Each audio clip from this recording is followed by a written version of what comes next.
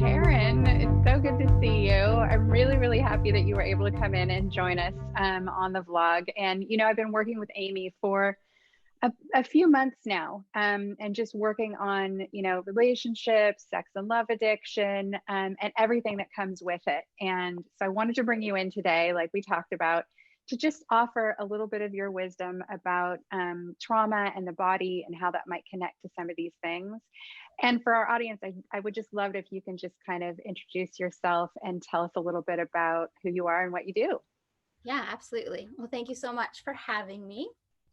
It's really a pleasure to be here and to be able to, hopefully in some way be a part of Amy's journey, because we all just adore her so much, right? Mm-hmm. So I'm Taryn Strong, and I'm one of the founders of the She Recovers Foundation. And that is a grassroots global movement that is now a nonprofit public charity that my mom and I began. We started it, it'll be our 10-year anniversary this year. It began as a passion project that has evolved to what it is now. And what we do is we connect, support, and empower women in or seeking recovery from substance use disorder, mental health stuff, behavioral health, really any of life challenges. And right now, of course, we've pivoted to offering everything online because of the pandemic. We have put a pause on our retreats and workshops and conferences, which is where I've had the pleasure of meeting you and Amy in LA in 2018 at one of our conferences. So I do that. I'm also a trauma-informed yoga instructor. I created She Recovers Trauma-Informed Yoga, and I also lead our She Recovers Trauma-Informed Yoga Teacher Training Program. So twice a year, we're having women who are already certified yoga instructors take this designation program so that they can take trauma-informed yoga into their communities. And I'm also an aromatherapist and studying to become a herbalist. So really my thing and my passion is having a holistic approach to recovery and ensuring that we are healing all layers, the body, the mind, and the spirit. Right. Wonderful. It seems like ages ago when we met in Los Angeles, doesn't it? Yes, a lot has happened. The world has changed so much since then. And I feel like this work that you're doing is so important, and She Recovers has been a really just an amazing jumping off point for so many people. And this work that you're doing around bringing in, the trauma-informed approach, I feel like it's so important. And I would just love to hear what you have to say too about, why is it important to address trauma through the body in particular? Yeah, absolutely. It really, my passion for it came from my own experience. So when I was 16, I hit my first bottom. I'm in recovery from a lot of things, but when I was 16, I became addicted to meth and cocaine. And luckily, I was able to pivot and shift and find recovery. And what we knew for me back then were get me in a 12-step program, which I didn't resonate with, but I really, really tried. And I have nothing but love and respect for 12-step programs. It just wasn't resonating with me as a 16-year-old girl. And therapy. And of course, therapy was huge. And I did that for years and I found recovery and I was doing good. And then when I took my first yoga class when I was 18, everything changed for me. And what I realized is how I felt after an hour of a yoga class was really incomparable to how I felt after an hour with a therapist or an hour-long meeting. And what I realized in that moment is we had really forgotten about the body. What I realized is that I still had a lot of trauma and a lot of healing to do in my body from being someone in recovery from substance use disorder and trauma and disordered eating and self-harm. My body needed to be tended to, and it wasn't. I just was really focusing on my mind, what's wrong with me? I'm broken. I need to fix my thoughts and my spirit, but really a big piece of it for me was my body. So it comes from my personal experience. And that was, that was a long time ago now. That would have been, I think, 2006. And back then, it was kind of underground still. And I'm so happy to say that now it's mainstream. Now we know the importance of a holistic approach to recovery. And now we know that trauma we store in our body. We store everything in our body, actually, the good or the bad, we store in our body. And this is something that has been talked about from indigenous people forever, and Eastern practices as well. They've always been saying this, but now, of course, we have science, and they've been able to have their fancy tools and mechanisms and somehow prove that, yes, this is the thing. We store it in our body. And one of my favorite teachers, Peter Levine, he talks about how trauma is stored in our nervous system, not in the event. So it's so important that we are finding body-based practices, somatic practices that are helping us regulate our nervous system, and that are helping us to really release any blocks, any stagnation, any residue, anything that is living in our body. We need to release it. And there are so many different ways we can do that. If yoga is not your thing, that's okay. Maybe you love to dance. Maybe you love to walk. Maybe you love to run. But moving our body intentionally and using our breath to connect with our nervous system really does heal. And another reason it's important is it also helps us with healing our brain from trauma. So one of the areas of our brain that is affected through, maybe it's one traumatic event or a series of traumatic events, is the Broca's area of our brain. And this part of our brain, it has to do with our speech. So this part of our brain is affected from chronic stress or trauma. And then it makes sense that if we are going to therapy, which I have several therapists to this day, I love, but if we're going to therapy and sometimes we're being asked to speak about the unspeakable, we're being asked to maybe talk about things that we can't remember, right? Our body may have in our situations blocked things, like blocked our memory to protect us. So we're being asked to try to dig up these memories that we can't, that our body is protecting us from remembering. And so it makes sense that the part of our brain that is affected by speech is we're going to need a little bit of a different angle, right? So the introspective part of our interoception part of our brain, it's right in the middle. It has a bunch of different pathways, and it also is affected by trauma. These pathways, they get muddy. And what happens with trauma is, either when these pathways are muddy, we will either start to start numbing, or we might feel like too sensitive. So how this shows up, and I'm going on a bit of a rant, but I will come back, is I love it. What happens is this part of our brain, we might start to feel numb, and we may start to feel numb physically, we may start to feel numb emotionally. So it makes sense that if we're always feeling numb, if we're always feeling disconnected, that we're going to be reaching for substances or behaviors that are going to make us feel something. So maybe it's that toxic relationship, speaking from experience, maybe it's those really chaotic, dramatic, toxic relationships that will make us feel alive. It'll make us feel something. So we're always seeking those to feel something. And then the opposite side of that is, if the interoceptive part of our brain gets muddy, we might be really sensitive to touch, or we might be told or feel that we are too sensitive emotionally. So in that case, we're going to use substances or behaviors that are going to numb us, that are going to really help us feel less. And maybe in that case, in the context of relationships, we will be avoiding intimacy, or just avoiding any type of touch because it's too much. So what we know now, thank goodness for neuroscience and knowing about neuroplasticity and that our brains are plastic, is that with body-based practices and modalities, we have the ability to literally rewire our brain and rewire these parts of our brain that are affected by trauma. And it's really simple. That doesn't mean it's easy, but it's simple. So for example, in the context of a trauma-informed yoga class, you would hear me quite often encouraging my students to maybe notice the parts of their body that are connected to their mat or the floor. And by inviting them to notice that, it's firing up the parts of their brain, and it's starting to rewire the brain. And even if they are numb or disconnected and they literally can't feel what's below them, they can start to imagine it. The brain doesn't know the difference. And then we're rewiring. So that is, I could go on for hours, of course. It's But so, that's no, it's just a so little snippet of beautiful. power.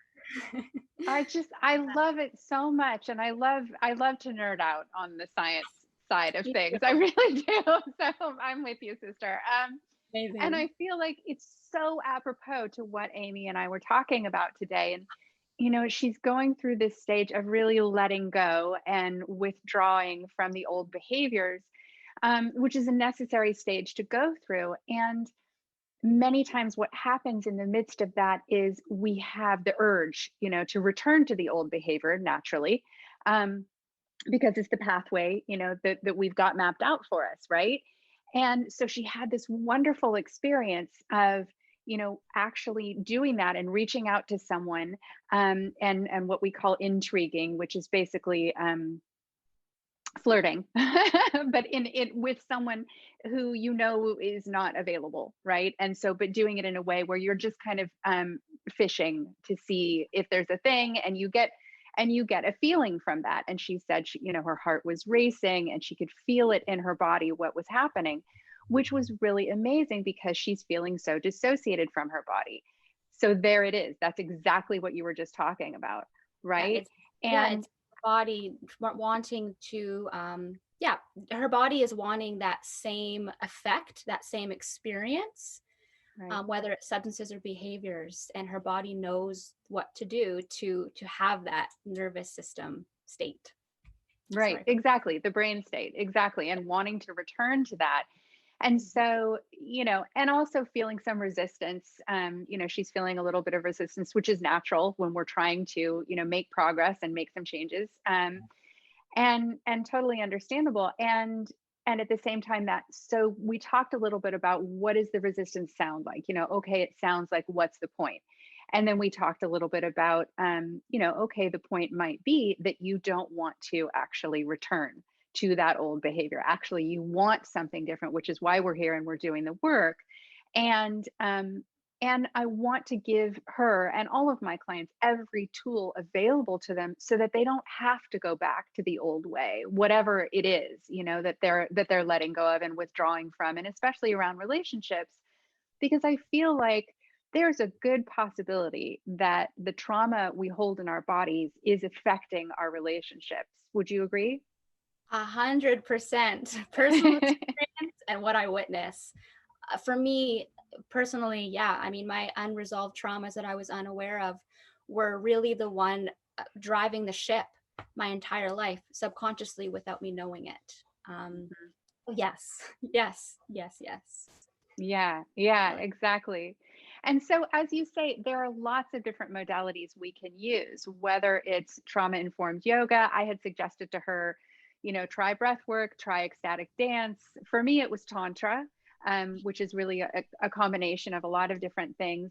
But I think it's different things for different people and just finding really what works for you. Absolutely. Yeah. And I really think as well, for those recovering from trauma, trauma being one of the things that they're focusing on, finding a trauma informed whatever it is that you love, whether it's trauma informed breath work, trauma informed yoga, trauma informed dance, because that way you're going to be being led by a teacher who has awareness of trauma and will be leading you in a really welcoming, supportive container, which is important because one of the things that's most important when we are recovering from trauma is that we have agency over what we are doing and what we will or will not do. So, whichever body based modality works for people, if possible, I do recommend maybe seeking out a trauma informed practitioner. If you are feeling at all nervous, if you have had experiences before where you actually felt that the modality that you chose made things worse, a trauma Mhm. informed container might be the way to go. And Yeah. luckily, as we kind of mentioned earlier, trauma informed practices are really becoming more and more popular because we are living in a traumatized society, especially right now. We're in this collective trauma with the pandemic. So that might be something to explore also. Yeah, it's funny because, one of the great things that I have in common with She Recovers is this belief that we're all recovering from something, right? And when I talk about that, I talk about how, when this pandemic is over, we will all be recovering from this. If we weren't already recovering from something else, which most likely we were, but there's this now. So we can all be very clear, about that fact. And I feel like too, just the way that we live in this century, in the Western world, that there's just so much going on, and giving ourselves permission to get back into our bodies and really, I love this word embodiment.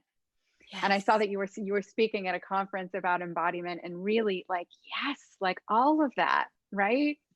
Absolutely. For so long, we've Uh, been disconnected from our bodies, and nobody's fault, but for so long, we have just as a society been focusing on mindfulness and on our mhm, brains, and kind of mhm. this idea of transcending our brains and transcending our thoughts, which of course has its time and its place, but we've just completely disconnected and cut ourselves off from our body. And we've been ignoring our bodies and just kind of like we're a bunch of floating heads walking around, and just doesn't serve. So I believe that really leaning into more embodied practices is also a bit of a softer, more feminine approach. And I mean feminine in the context of an energy, not gendered. But I just feel like it's kind of this return to this beautiful feminine as well. Yeah. Yeah, it feels really good, for me. Just the other day, I was super, super stressed out, and I was like, okay, I'm taking a break and I'm going to go repot this plant. And that was all I did. I repotted a plant, but I was touching the earth, Yes. and I was talking to the plant, and I was having an experience, a physical experience as I did that. And all the stress went away. Yeah. I felt so great when I was done, and I was like, I just repotted a plant. That's all I did. I did, Yeah. nothing Absolutely. fancy. Exactly. And that's the thing, is it is so simple, but we really overcomplicate it. And it really is simple. It really is taking we have the ability to heal. Everything that we need is within ourselves. And it is simple. Of course, we need the support of others. We need our coaches. We need our therapists. We need our community. But what those people, I believe, are doing is reflecting back to us what we already know, and just helping guide us and helping us reconnect that trust within ourselves and with our body. Because our bodies, one of my teachers says, our bodies are our greatest divination tools.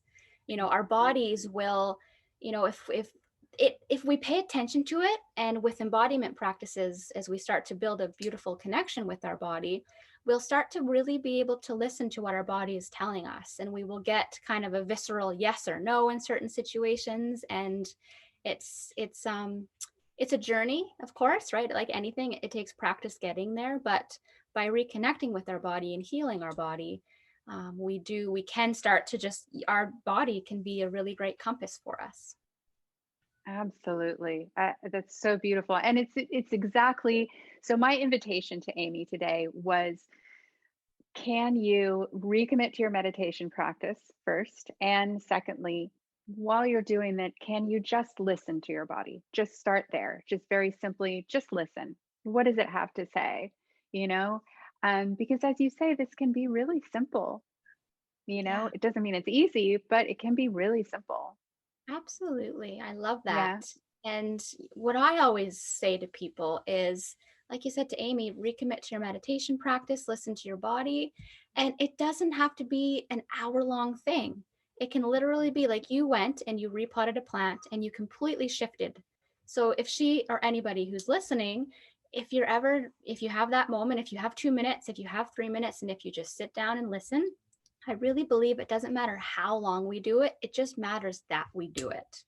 And I Mm. think that kind of sometimes can take away the resistance that we have. And maybe I'm just speaking again from my experience, where I thought that a meditation practice had to look like waking up in the morning, sitting in silent meditation for half an hour. So I never did that. I never did it. But when I really gave myself permission to wake up and meditate from my bed for however long I felt on any given day, that I started actually meditating. And that was a really beautiful perspective for me. Yeah, I love it. it sounds like we're as usual, totally on the same page. Not surprising. Oh, I love it, sweetheart. Well, thank you so, so much just for giving freely of your time and being here with us. And I'm going to share with Amy what you had to say. And then, I'll be checking back with her in a few weeks again, the next stop on the blog, and we'll see what she discovered about embodiment and how she's going to do that for herself. Beautiful. Thank you for having me. Anything for you always. Love you so much. Thanks for the great work you're doing. Love you, darling. Okay. Bye.